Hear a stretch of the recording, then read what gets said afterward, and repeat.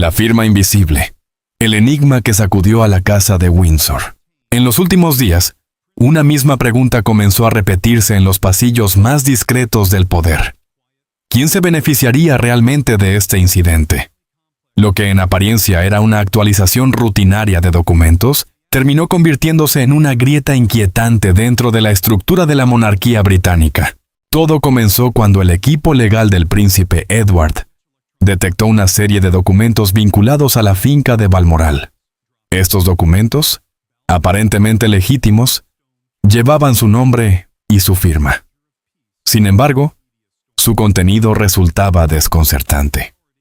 Despojaban al propio Edward de parte de sus derechos y de su influencia dentro de la gestión del patrimonio. A primera vista, todo parecía en orden. Los registros digitales eran impecables, las fechas coherentes, y la firma, precisa, firme, inconfundible, no levantaba sospechas. Pero cuando Edward fue consultado, su respuesta fue tajante. Jamás había firmado tales documentos. La contradicción no tardó en convertirse en sospecha. Su agenda demostraba que, en el momento en que supuestamente se habían firmado esos papeles, él se encontraba en Canadá, cumpliendo compromisos oficiales. No solo estaba lejos, sino completamente ajeno a cualquier trámite administrativo.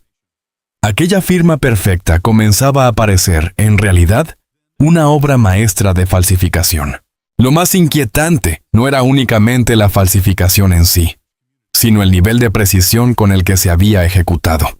Quiera que estuviera detrás, no solo había replicado la firma, sino que también conocía en profundidad los sistemas internos de gestión, lo suficiente como para manipularlos sin levantar alarmas. No se trataba de un error técnico, era un movimiento calculado. A medida que avanzaban las investigaciones, los indicios empezaron a señalar hacia una figura inesperada. Camilla. Su creciente influencia dentro de los comités centrales de gestión patrimonial no era ningún secreto.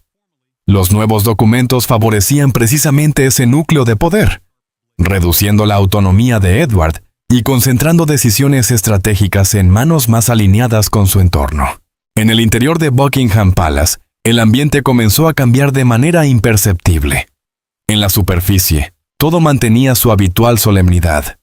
Pero bajo esa calma, una tensión silenciosa crecía día a día. Edward, conocido por su carácter discreto y su rechazo a la ostentación, continuaba con su rutina.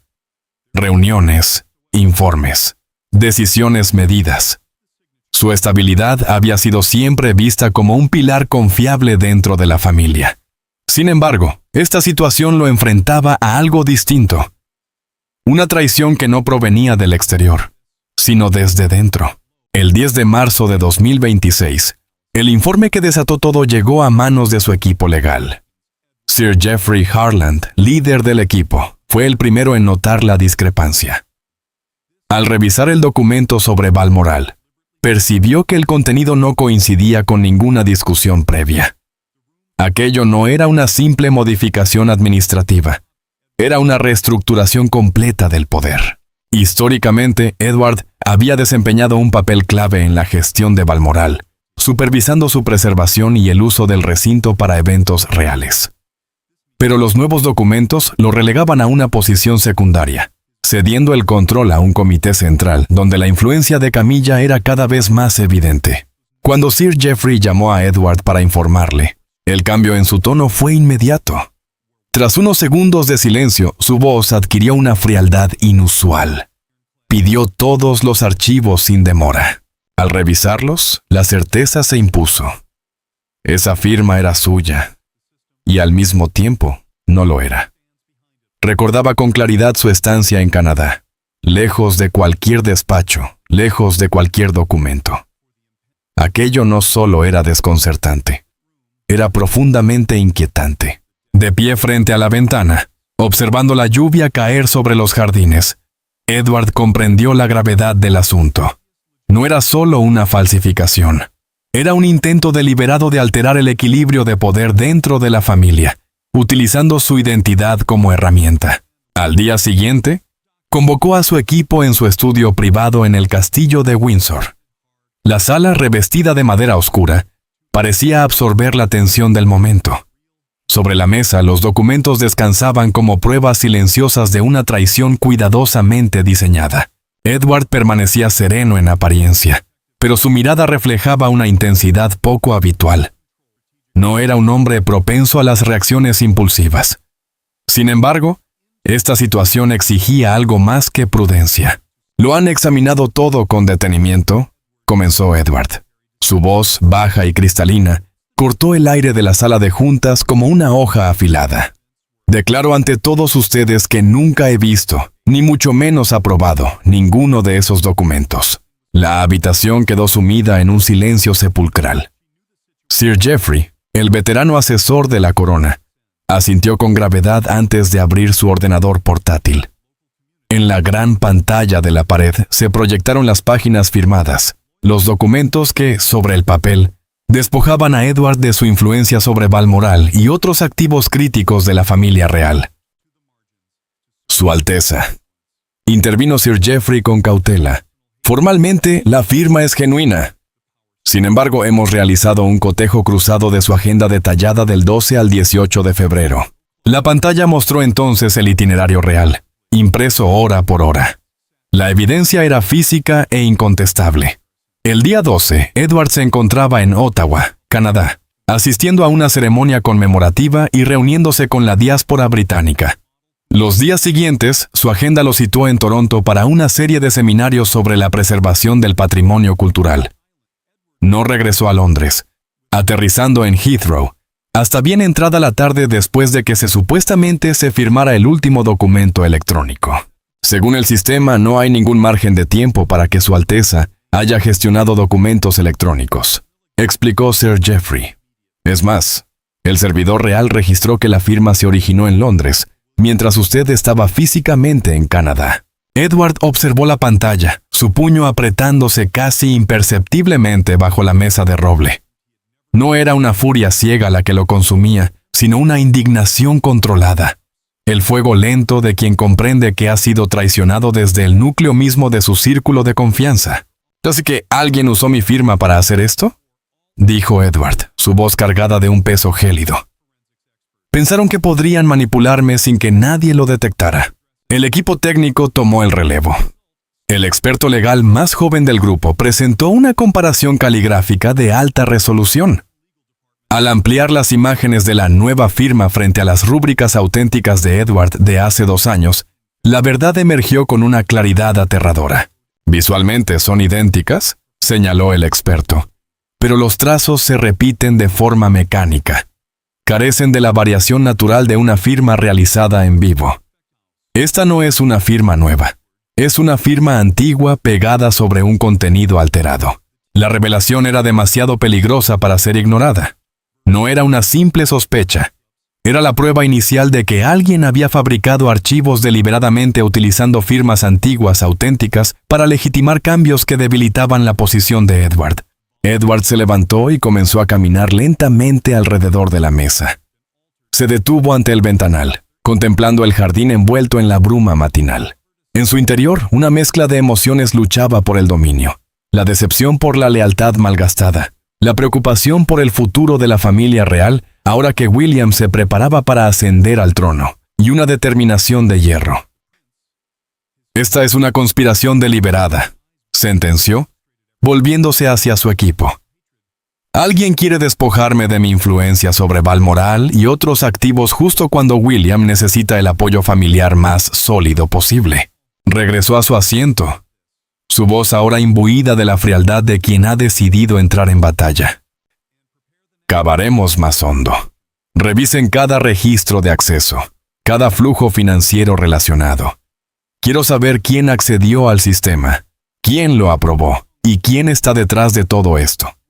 Pero recuerden, ni una sola palabra sale de este equipo.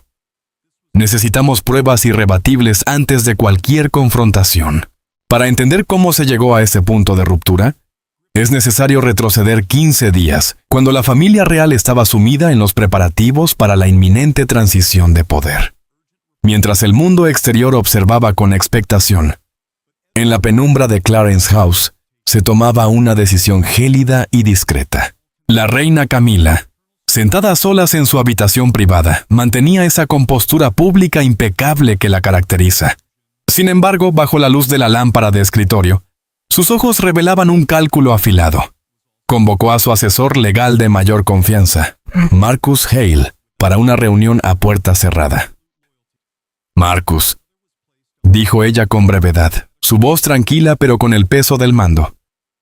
«Necesito las firmas antiguas de Edward. Las auténticas de documentos legítimos anteriores.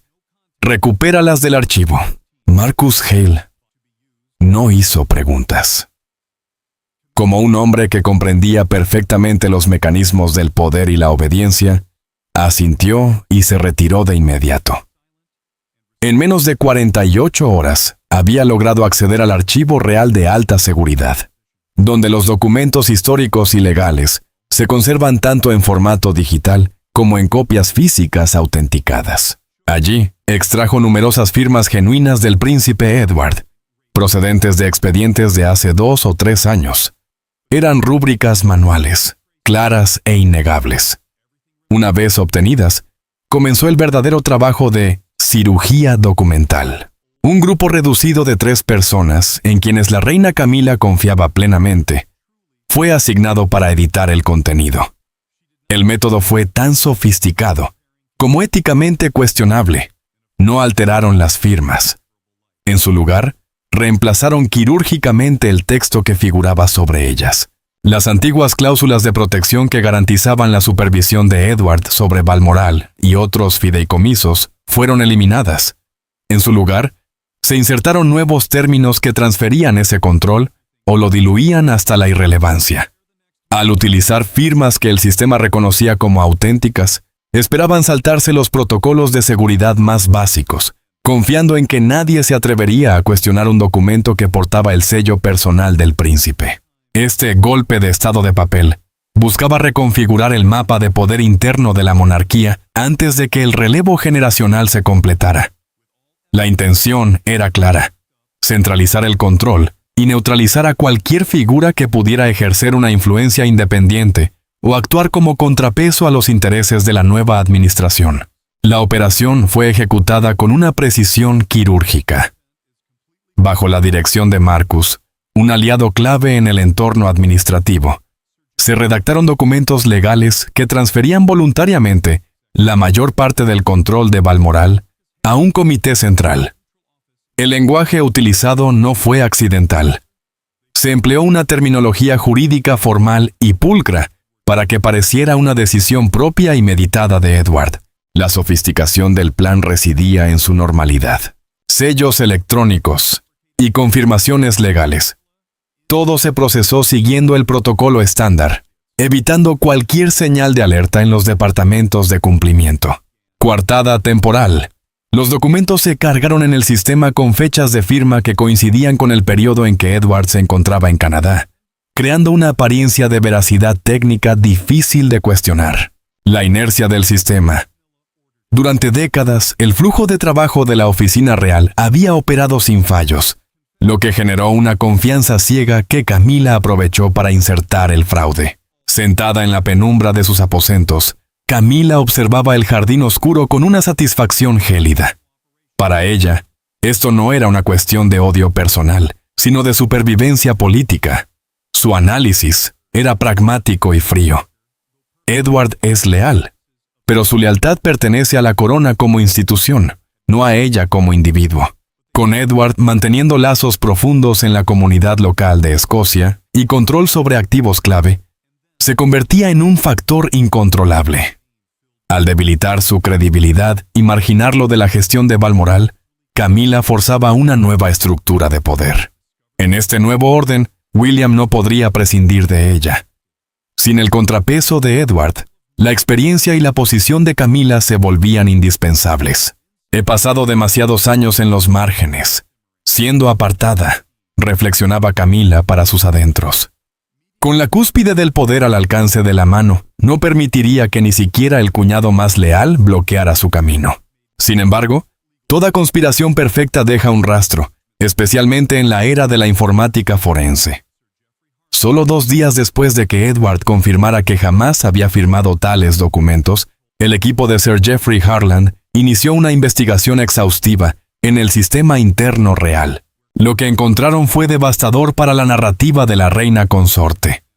Los expertos en análisis digital rastrearon las direcciones IP y los registros de acceso, descubriendo que la actividad de edición y carga de los documentos no provenía del Departamento Legal Central ni del servidor principal, sino de la red privada de la oficina de Camilla en Clarence House.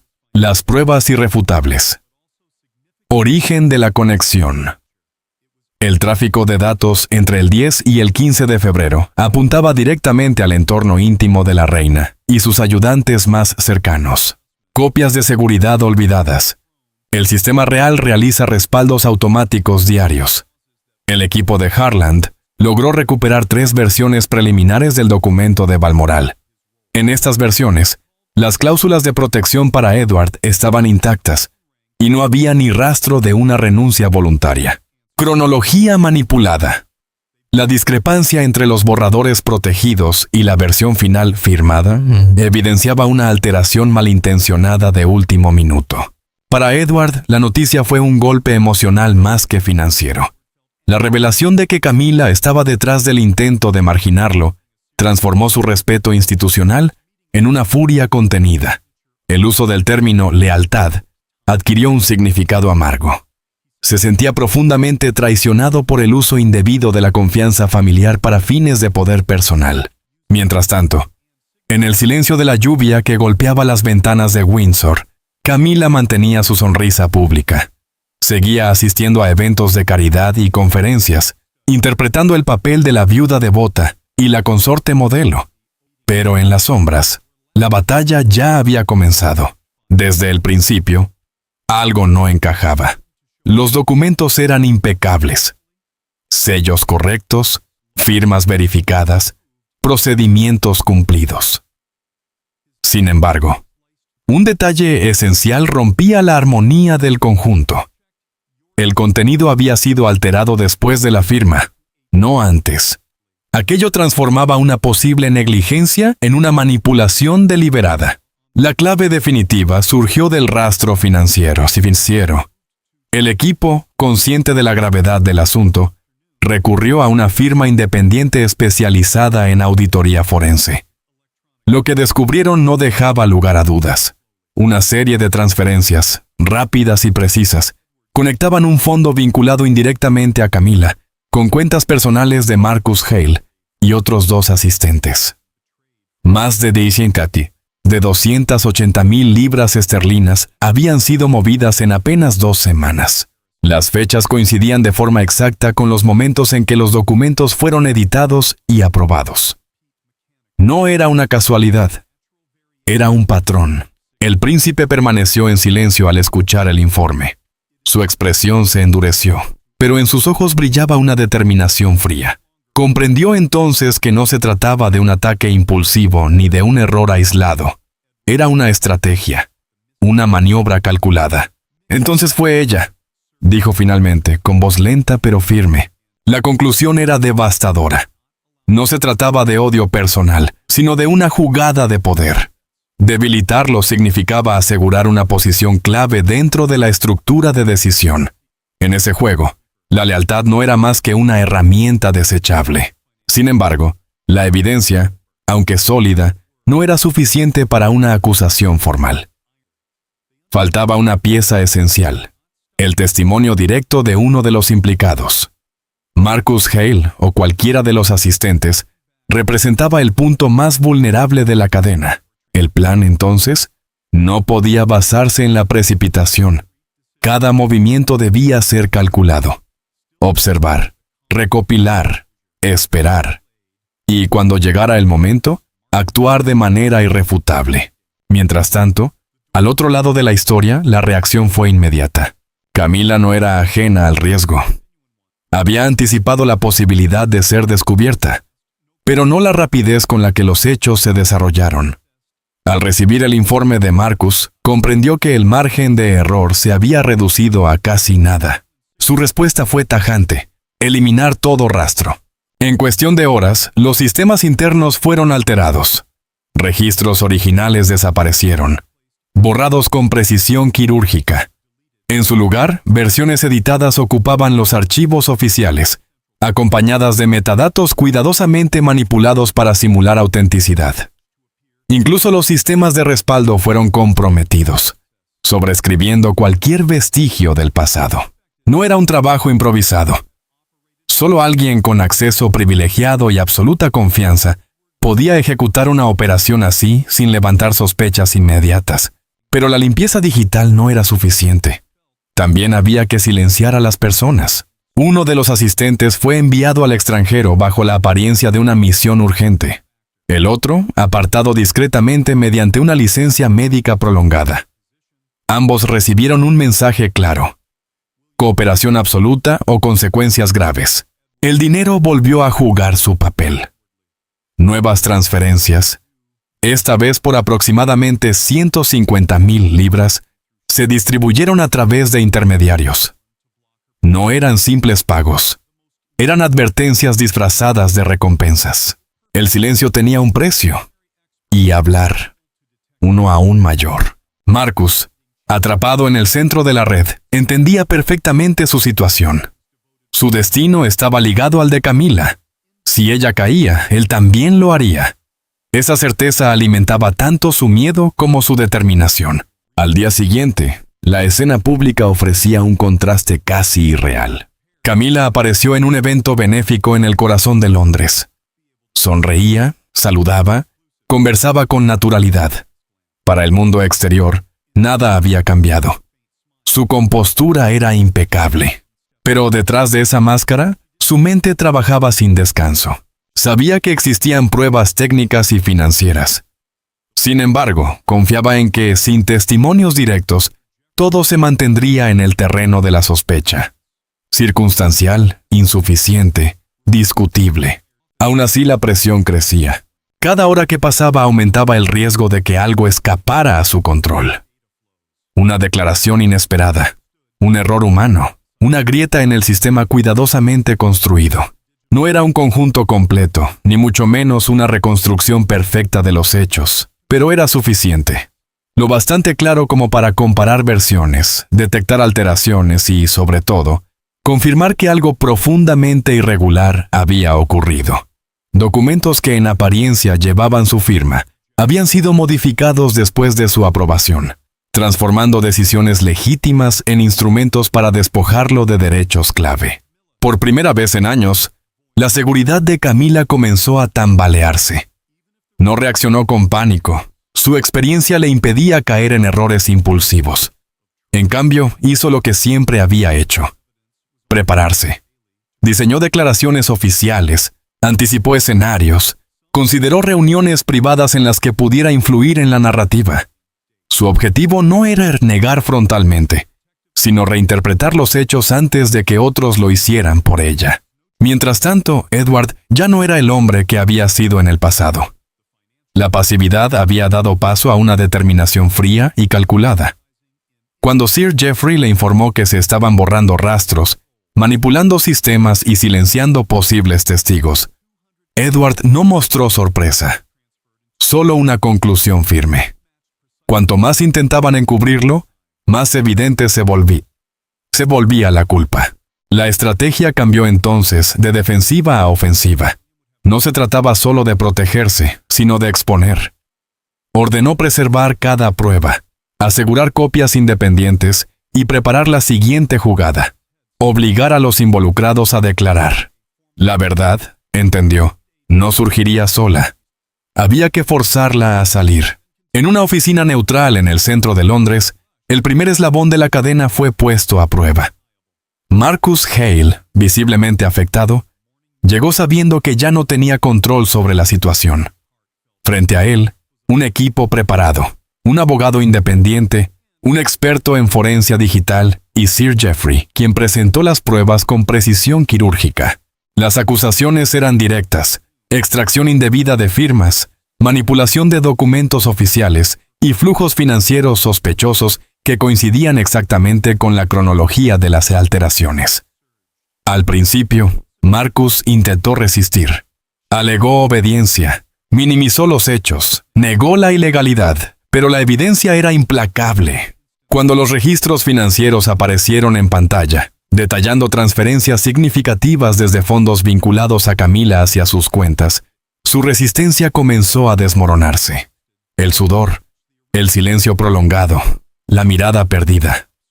Todo indicaba que el muro estaba a punto de romperse. Y finalmente ocurrió. La confesión no fue inmediata ni ordenada, pero fue total. Marcus describió cómo se habían dado las instrucciones, cómo se extrajeron las firmas, cómo se alteraron los contenidos y cómo todo fue legitimado a través de procesos aparentemente formales. Admitió también que el dinero recibido no era casualidad, sino recompensa por su silencio. Ese momento cambió todo. El informe final, respaldado por pruebas independientes, fue entregado a Edward sin demora.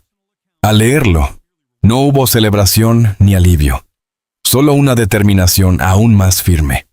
La verdad ya no era una sospecha, era una cadena lógica imposible de refutar. En menos de 48 horas, toda la documentación fue presentada ante un comité interno designado por William. Ya no quedaban espacios para interpretaciones ambiguas ni excusas estratégicas. La situación exigía respuestas claras. Camila fue convocada. A pesar de mantener una apariencia de calma, la tensión era evidente. Intentó defenderse, apelando a la estabilidad, a la protección de la institución, a decisiones tomadas en momentos críticos. Pero esta vez, el argumento no sostuvo el peso de las pruebas. Cada intento de justificación se enfrentaba a datos concretos, registros verificables y testimonios directos. La conciliación quedó expuesta en toda su dimensión. No se trataba únicamente de documentos alterados. Era un sistema cuidadosamente construido para debilitar a Edward, erosionar su credibilidad y asegurar una posición de poder dentro de la futura estructura de la monarquía. Las implicaciones eran profundas, no solo a nivel personal, sino institucional. La reacción fue inmediata. Camila fue suspendida temporalmente de sus funciones públicas mientras avanzaba la investigación. Marcus y sus colaboradores fueron destituidos y enfrentaron posibles cargos legales. Y, quizás más importante, la opinión pública comenzó a cuestionar abiertamente la transparencia y la equidad dentro de la familia real. En privado, William reconoció su error. Admitió no haber visto las señales a tiempo y agradeció a Edward por proteger lo que ambos representaban. Pero la respuesta de Edward dejó claro que esto nunca fue una cuestión de reconocimiento personal. No actuó por ambición ni por revancha. Actuó porque alguien tenía que hacerlo. Porque permitir la manipulación interna significaba poner en riesgo la legitimidad de todo el sistema. Y porque, en última instancia, la confianza, una vez quebrada, no se recupera con silencio, sino con verdad. El conflicto dejó cicatrices profundas. La familia ya no podía ocultar sus fracturas, y la percepción pública había cambiado. Sin embargo, también marcó un punto de inflexión. Edward no emergió como un vencedor, sino como alguien que había resistido, que había enfrentado una estructura compleja y que había logrado, al menos en parte, restaurar la integridad de aquello que estaba en juego. Y Camila, por primera vez en mucho tiempo, comprendió algo esencial. Su posición ya no era intocable. La pregunta que queda abierta no es solo qué ocurrió, sino qué debería hacerse en adelante. Cuando el poder se utiliza para manipular desde dentro, ¿basta con exponer la verdad? ¿O es necesario rediseñar completamente las reglas del juego? Si estuvieras en el lugar de Edward, ¿habrías actuado igual? ¿O habrías ido aún más lejos?